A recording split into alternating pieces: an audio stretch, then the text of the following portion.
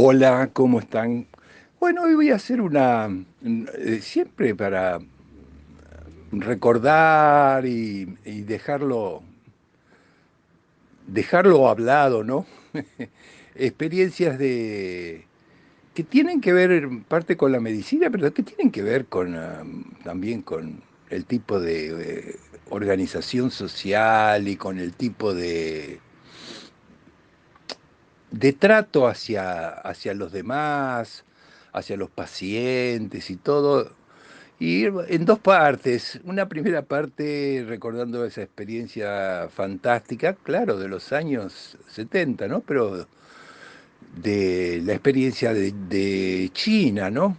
Era la China de Mao, no es la misma China de ahora, pero había muchas cosas que dejaban eh, enseñanzas. Vamos a empezar con esto.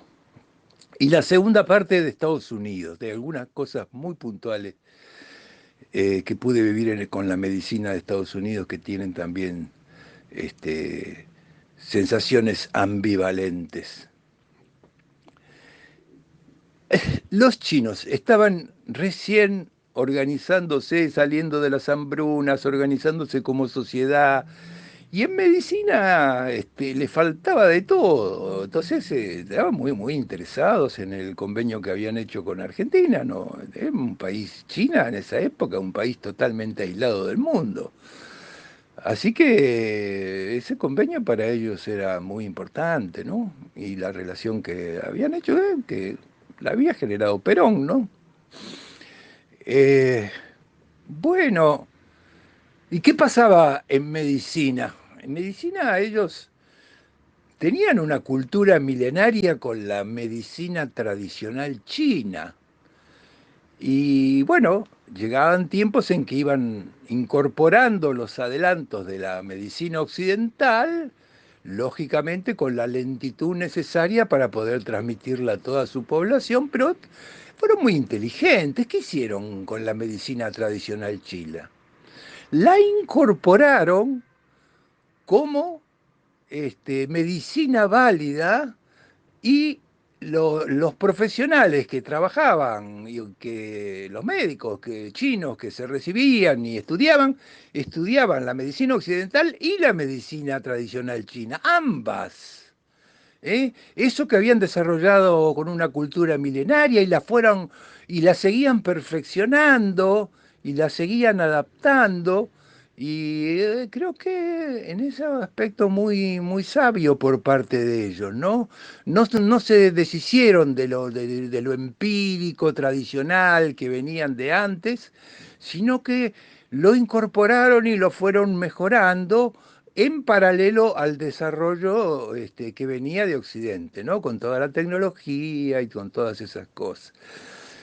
Y recuerdo como anécdota de la medicina tradicional china que una mañana que teníamos que, allá trabajábamos muchísimo, nos levantamos re temprano, bajábamos, estábamos en el hotel, bajábamos a desayunar y una mañana éramos cuatro nosotros y de ahí nos venían a buscar los chinos y ahí salíamos para todo el día, conferencias, reuniones, de todo.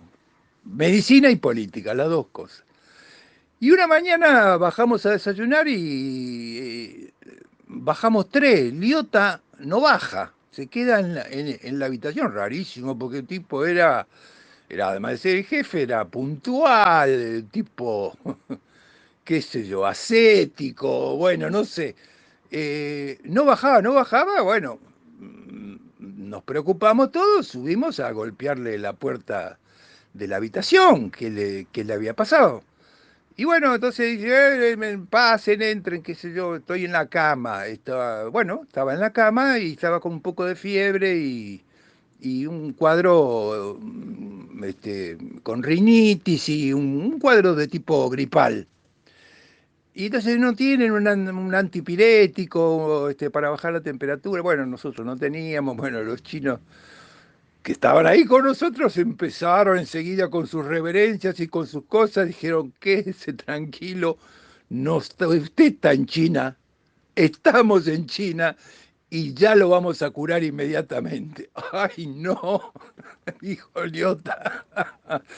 Bueno, Cuestión que en cuestión no sé, minutos, aparecieron con unos brebajes enormes, no sé, de hierbas, de cosas así tradicionales chinas, y entraron a la habitación. Yo estaba presente en la habitación de Liota, haciéndole el aguante, estaba ahí con fiebre, se sentía mal, estaba solo.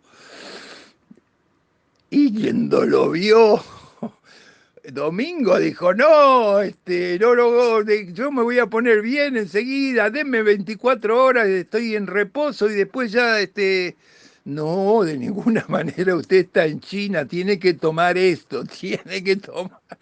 Idiota que no, y los chinos que sí, y ahí estabas en China. Entonces, tuvo que tomar, parecía que le estaban haciendo una enema al pobre Eliota. La cara que ponía, no podía, bueno, ya está, no, no, a todo lo tiene que tomar. Bueno, le hicieron tomar eso, bueno, no sé, no sé cómo pudo tomarlo el doctor. Conclusión, bueno, le dieron todo eso y lo dejaron en reposo en cama, obviamente, y bueno, salimos nosotros tres a hacer las actividades sin el jefe, digamos. Bueno, y a la mañana siguiente le tocó una nueva dosis de eso que ya. Esa se lo tenían que poner medio con un chaleco de fuerza. Bueno, se la mandaron, no sé, pero esos cuadros gripales que tardan unos días en irse. Al día siguiente estaba trabajando, no tenía ni una secreción, no tenía nada. No sé, algo tenía esa medicina tradicional china que llegaba a donde tenía que llegar. Bueno, es una anécdota nomás. Finalmente el doctor agradecido, a la milenaria medicina tradicional china. La otra cosa impresionante que vimos en la época ahí también fue lo que hacían con la acupuntura. Con la acupuntura, bueno, para el tratamiento del dolor ni que hablar, pero ellos que estaban con dificultades para la adquisición de drogas y de muchas cosas, estaban aplicando acupuntura como anestesia, lo cual es una cosa bastante brava, ¿no? Y tuvimos la oportunidad de ir a ver cirugías que estaban, porque ellos nos invitaron para que fuéramos a ver. Pacientes que estaban operando de, no sé, uno le estaban haciendo una gastrectomía, le estaban sacando el estómago y, y el paciente no tenía ninguna droga, estaba con acupuntura, despierto, completamente despierto y hablando. Tal es así que cuando ingresamos al quirófano, este, el paciente que tenía todo el abdomen abierto, y la característica, claro, la acupuntura te saca absolutamente el dolor, pero no es relajante muscular. Entonces, los médicos chinos que estaban operando estaban entre dos, hacían fuerza porque las vísceras se les venían encima. Claro, no hay relajación muscular. Pero bueno, así todo lo operaba y el paciente despierto. Entonces íbamos a la cabecera, que veíamos que el paciente nos hacía gestos y qué sé yo. Y en chino, obviamente, nos hablaba y hablaba. Eh, A ver, ¿nos puede traducir qué está diciendo este pobre chino con la panza abierta que nos está hablando los extranjeros argentinos que estamos ahí? Bueno, y todo un speech, un discursito tenía que seguramente se lo habían dado, pero decía, bienvenido a los médicos argentinos que vinieron a ayudar a los médicos chinos y que están presenciando ahora mi cirugía. Y él podía distinguir víscera con víscera lo que le estaban haciendo. Impresionante. Y después pasamos también a otros quirófanos, estaban operando de tórax, no sé si, no recuerdo si era pulmón que estaban operando. También así, el paciente hablando, totalmente despierto. Yo no sé, eran chinos, obviamente, ¿no? Pero yo les puedo asegurar que en la facie no se les veía un gesto de dolor, una mueca o algo que indicara que lo que les estaba pasando, ¿no? Y uno tenía abierto el abdomen, el otro tenía abierto el tórax y un montón de tipos trabajando adentro. Bueno, qué cosa, ¿no? Los chinos una cosa muy particular. Pero cómo aprovechaban eso, y después vuelvo a los chinos cuando vinieron a Argentina, pero también recuerdo también la experiencia que nos llevaban a todos lados, no sé si, un día nos llevaron, no me acuerdo cómo se llamaban las unidades que ellos habían montado para la organización de los campesinos, que era fundamental, porque la mayoría eran campesinos. Y bueno, y los tenían, habían armado, es decir, vos veías, salías dentro de las mismas ciudades, si había un pedacito de lugar, un pedacito de tierra, de algo, eso estaba cultivado, no había una cosa no, no ibas con el auto haciendo recorrido, no había un lugar que no estuviera cultivado, ¿no? Y ¿saben qué porcentaje de la tierra total de esa China grande es cultivable? El 14%. Y con eso tenían que comer todos los chinos, miren si le daban duro. Bueno, cuando fuimos a pasar el día con los campesinos, qué experiencia, qué gente, ¿no? Hiper sencilla, y nos llevaban, nos mostraban todas las tareas que hacían en el día.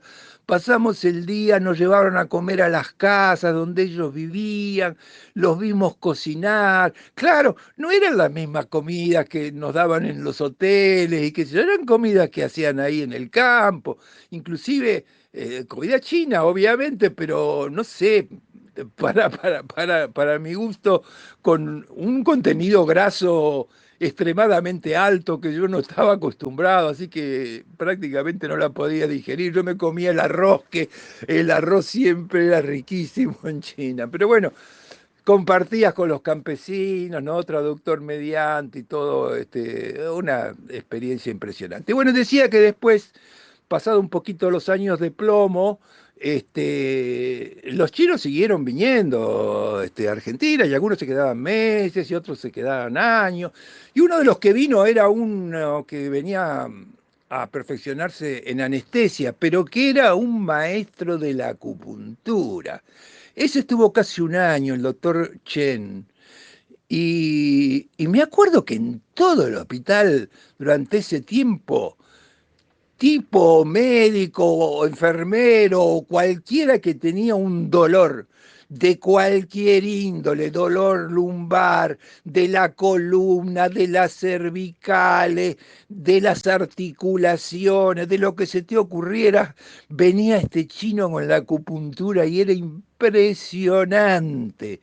Se acababa el dolor, qué sé yo, era un mago con la acupuntura, ¿no? Y entonces tal es así que tan admirados estaban todos con lo que hacía este médico que el jefe de anestesia nuestro le dice, sí, ¿no te animas a hacer un caso sencillo, alguna cirugía sencilla o una anestesia con acupuntura acá? Y el doctor Chen, que no era ningún sonso, dijo, no. La acupuntura para anestesia es con los chinos. A ninguno que no sea chino le voy a hacer eso. Está bien, es con los chinos, ¿no? Se ve que hay que tener una postura y algo que, con mucho criterio, este doctor Chen no se atrevió nunca a hacerlo con un occidental. Pero bueno, fantástica la experiencia con los chinos, iban llegando, venían anestesistas, cardiólogos, cirujanos, de todo. Bueno, y el hecho que yo había estado allá, para ellos era, no sé, los que habíamos estado allá éramos como unos personajes para ellos, así que se relacionaban, eran muy agradecidos y bueno, siempre estaban con nosotros, por más que hacían otras especialidades. Y bueno, eh, tenés que retribuir, entonces bueno, tendría que invitarlos a almorzar a algún restaurante, alguna vez lo hacíamos así en forma grupal, pero bueno, yo individualmente no podía estar llevando al restaurante. Entonces, bueno, también quería tener gestos, ¿no? De cariño, de amabilidad, entonces yo terminaba invitándolos a cenar a mi casa. Entonces había planificado con mi mujer, qué le podemos cocinar que les guste a los chinos? Bueno, no sé de dónde sacó y empezó a cocinar y era, no sé, era un pelleto cortado en pedacitos chiquitos, no sé, con panceta tipo guiso, no me acuerdo, era una combinación de cosas, con cremas y cosas. El asunto que eran cuatro, creo que habían venido esa noche. Uy, se enloquecieron con esa comida que había hecho mi señora. Bueno, fue una cosa impresionante lo que les había gustado. No paraban de alabar. Tal es así que después cada chino que venía le preparaba la misma comida. Y después cuando dejaron de venir los chinos, y mi mujer me preguntaba, "Che, ¿qué tenés ganas de comer?" Y yo decía la comida de los chinos. Porque a nosotros también nos gustaba. Qué experiencia esa con los chinos. Y las cosas de la embajada china. El embajador chino también nos tenía a mí particularmente me invitaba a la embajada con, bueno, cuando muere Mao, era el año 76, años de plomo tremendamente, yo entrando a la embajada china ahí en la calle Republiquetas, era ahí en Saavedra, para participar del acto, bueno, y con las conmemoraciones, las fechas, todo una relación, y bueno, me habían suscrito ahí al, a la revista que tenían ellos, que se llamaba Pekín Informa, en español que estaba, y esa me la mandaban como suscrito toda, una por semana llegaba a casa el Pekín Informa, y encima también me habían conectado para que mensualmente me llegara novedades de la Unión Soviética. Así que yo no sé si el cartero, menos mal que no era amigo de los policías o de los milicos, porque durante todo el proceso seguía recibiendo todo eso. Pero una cosa que yo, eh, de los años de plomo, digo, yo nunca quise quemar ni romper las cosas que traía, y menos las que había traído de China, que me había traído todo, pinturas, de Ho Chi Minh, de Lenin, bueno, de los de Mao, obviamente, el libro rojo, montones, novelas chinas, bueno, montones de cosas y esas las tenía en la parte de atrás de la biblioteca, pero yo, es que sé yo, eran parte mía, estaban en una dictadura tremenda, pero eso era parte mía. Así que la parte de atrás de la biblioteca la conservé y las tengo. Y las tengo. Bueno, qué linda experiencia que duró también con los años, porque como digo, después de los años de plomo siguieron los chinos y seguimos ahí hasta en los 80 también la relación con muchos de ellos, todos muy sencillos, muy capaces para la especialidad que estaban haciendo y a ellos les sirvió mucho ese contacto con Argentina. Y todo finalmente se había generado en un acuerdo Perón-Mao, ¿no? Increíble, ¿no? Bueno, saludamos a los chinos y nos vamos a la otra parte, ¿no? Por suerte, yo iba mucho a los congresos internacionales y bueno, obviamente charlaba con los colegas. A mí me habían dicho varios colegas norteamericanos, si vos querés ver buena tecnología en Estados Unidos, tenés que ver una cosa, no vayas a los grandes centros, andá a los centros universitarios, porque ahí es donde se hace bien la tecnología. Y tenía toda la razón. Y resulta que tenemos la suerte de hacer un convenio con el Hospital Italiano para adquirir, mediante la compra de tecnología, se hace un convenio que se extiende para la compra de corazones artificiales, en esa época que no había nada acá en Argentina, y que incluían esa compra de corazones, era una inversión creo que como de $500.000, algo así, que él hacía la empresa que proveía y después el hospital le iba pagando toda la tecnología y los insumos que le iba comprando a la empresa, ¿no? Un acuerdo a largo plazo. Y fuimos entonces 6 médicos, creo que éramos 3 cardiólogos y 3 cirujanos a hacer el entrenamiento que era indispensable para la colocación, para que te dieran la habilitación para colocar un corazón artificial de la época, este, a la Universidad de Columbia, en Nueva York. Un entrenamiento feroz, pero en una universidad que la tenía re clara, de una intensidad tremenda, estábamos todo el día, actividades teóricas, actividades prácticas, cuando venía el momento del mediodía, que sería que como para comer algo, venía todos los días, siempre era lo mismo, un sanguchito de verdura. Pero mientras comía el sanguchito de verdura tenía que cerrar la boca porque tenías que seguir hablando, porque no paraba eso por el almuerzo, y seguía así todo el día. Fueron, no sé, 7 días y después toda la parte experimental, donde había que poner, y tenían un ritmo, pero una eficacia para hacer las cosas y para transmitirlas. Y claro, muy entrenados, se dedicaban a eso también, no solo a colocar corazones artificiales, sino a enseñar. Era una escuela para colocación de corazón artificial, la Universidad de Columbia en Nueva York. Y bueno, me acuerdo que cuando estaba con la tercera, a mí me tocaba como cardiólogo junto con el doctor Omar, armar el corazón mientras los cirujanos estaban ahí invadiendo a las terneras. Y, y el corazón venía totalmente desarmado, nos habían explicado 1000 veces, pero claro, uno no quiere equivocarse cuando está haciendo las cosas por primera vez, quiere poner la válvula biológica con el injerto, con los ventrículos y todo lo que sea. Entonces lo iba haciendo y se ve que iba a una velocidad no muy veloz porque no me quería equivocar, ¿no? Omar me decía, sí, mirá, y sí, y entre los dos iba y yo era el que lo hacía manualmente. Y entonces se ve que no iba al ritmo necesario y entonces mi instructora norteamericana, la recuerdo bien, Linda se llamaba de nombre, Linda Mongero, excelente docente, se puso atrás mío con un respeto pero responsabilidad y me agarraba los antebrazos para que mis movimientos fueran más veloces, para que llegara al mismo resultado.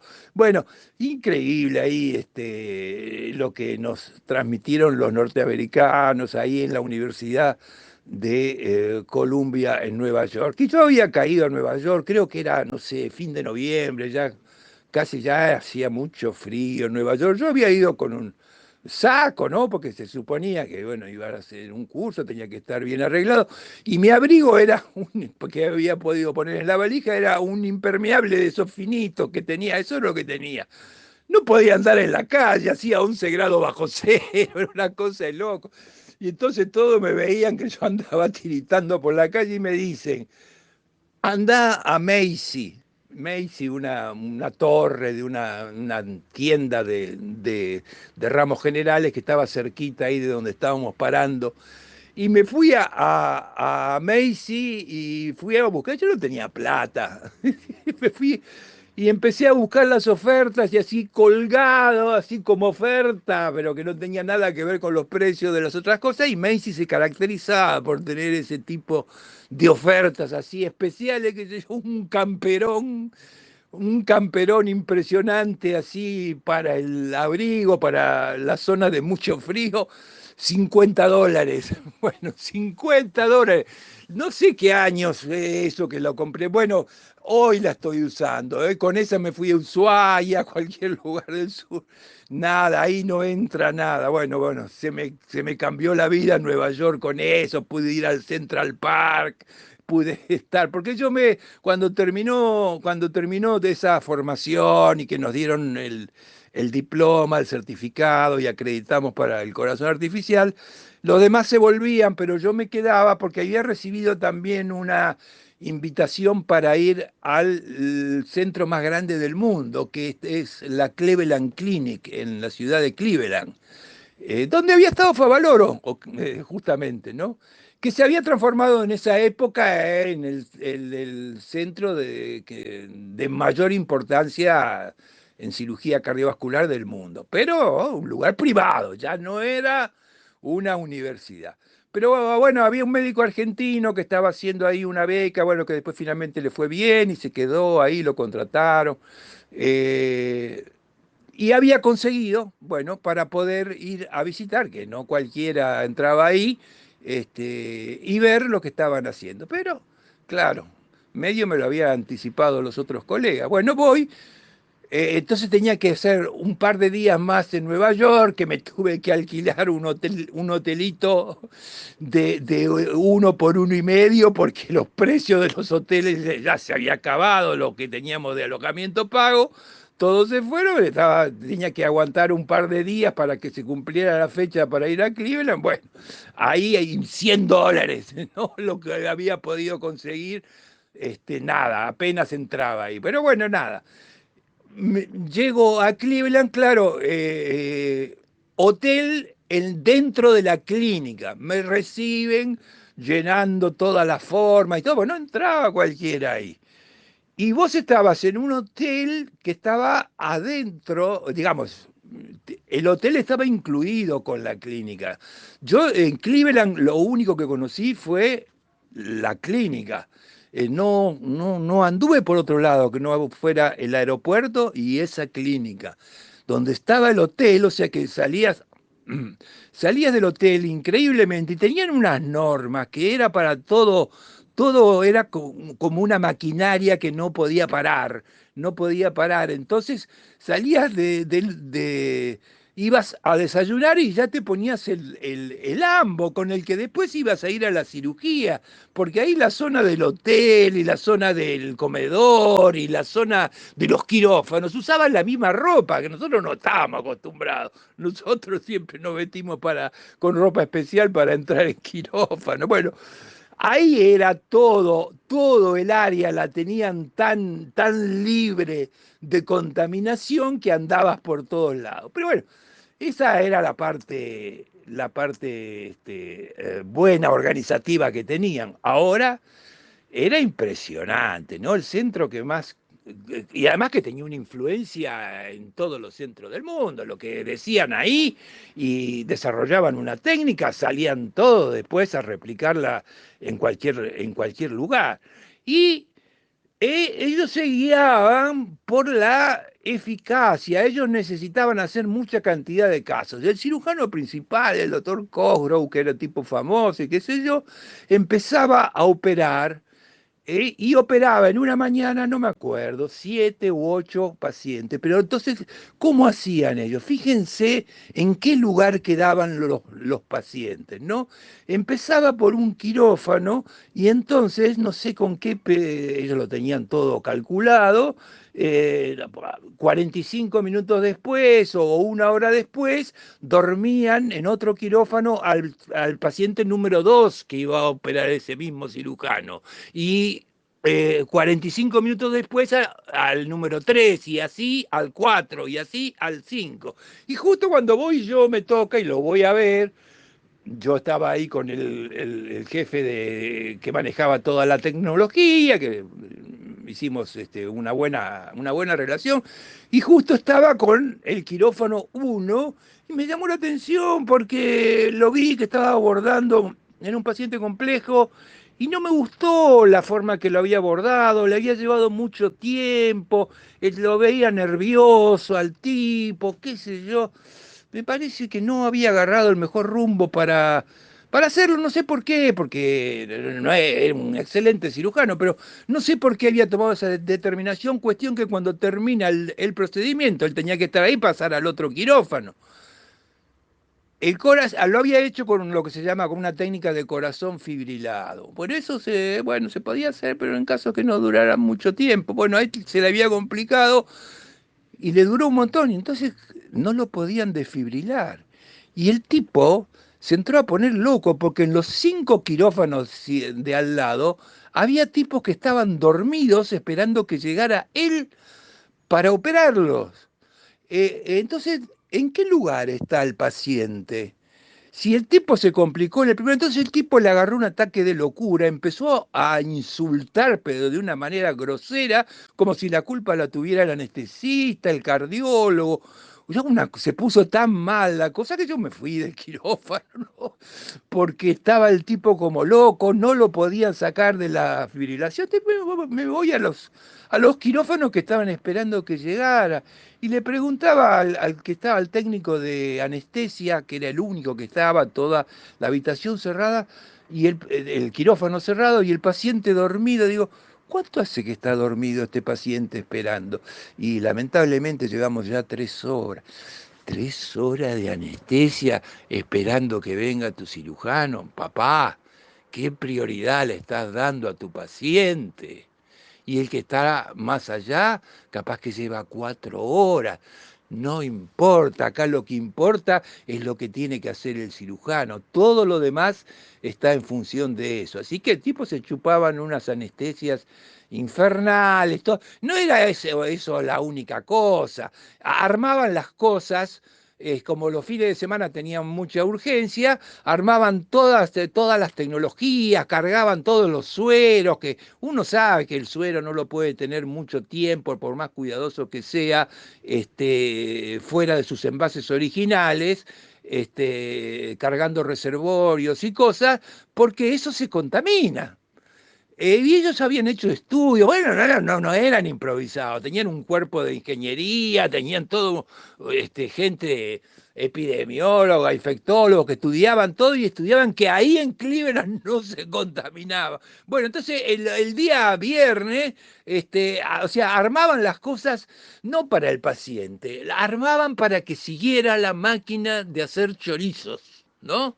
La máquina no podía parar. Entonces el viernes dejaban todo armado para todo lo que pudiera caer el fin de semana. Lo mismo para asistencia cardíaca, para asistencia respiratoria. Todo estaba prearmado.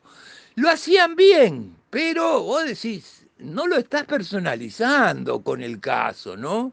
Es una cosa que tiene una doble vara. Y habían desarrollado unas ciertas técnicas. El agua que venía por los caños, digamos, el agua caliente, el agua fría, la habían hecho de tal manera que le servía para poder manejar la temperatura de los pacientes, una cosa loca, pero todo era así global, todo era para no equivocarse, todo era estándar, a todos la misma tecnología, la misma, lo mismo, lo mismo, lo mismo. Sabemos que los pacientes no son todos iguales, ¿no?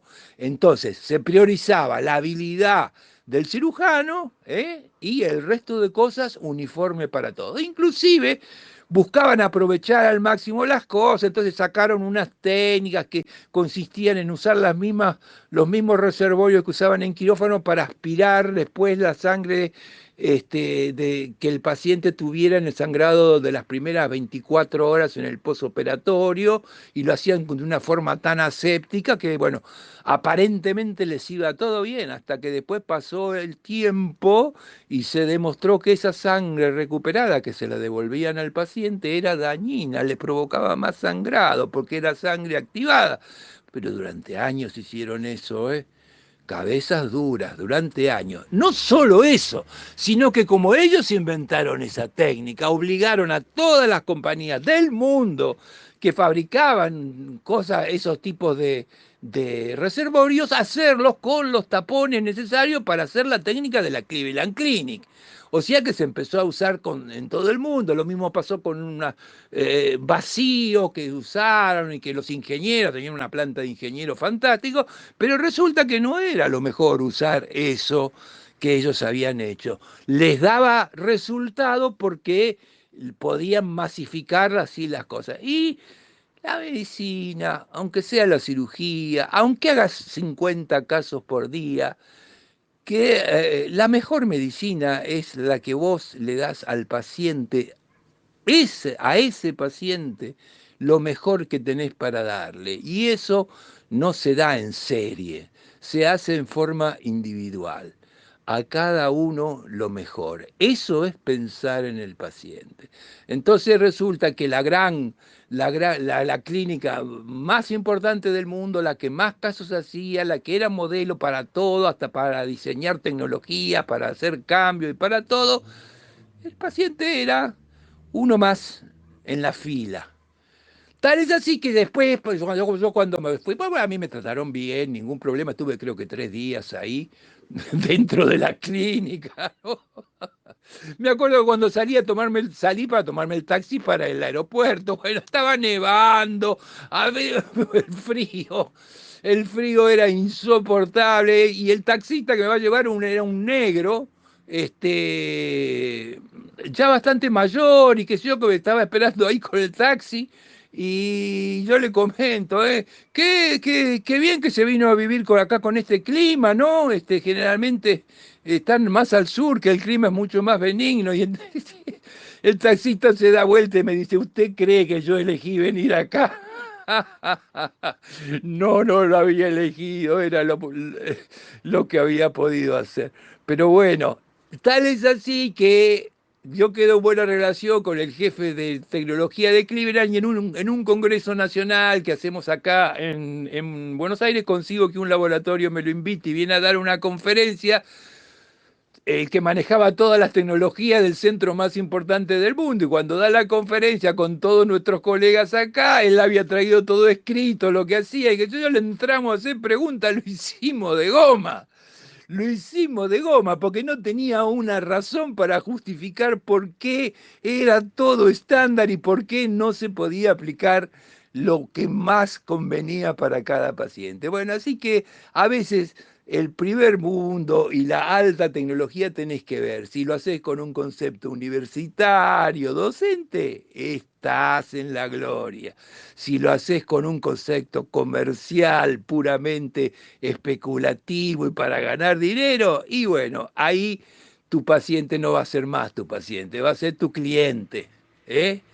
Y a tu cliente, bueno, vas a tratar de hacer lo mejor, pero no va a dejar de ser tu cliente. Yo me quedo con tratar a los pacientes. Bueno, son anécdotas de distintas partes del mundo. Lo dejo ahí.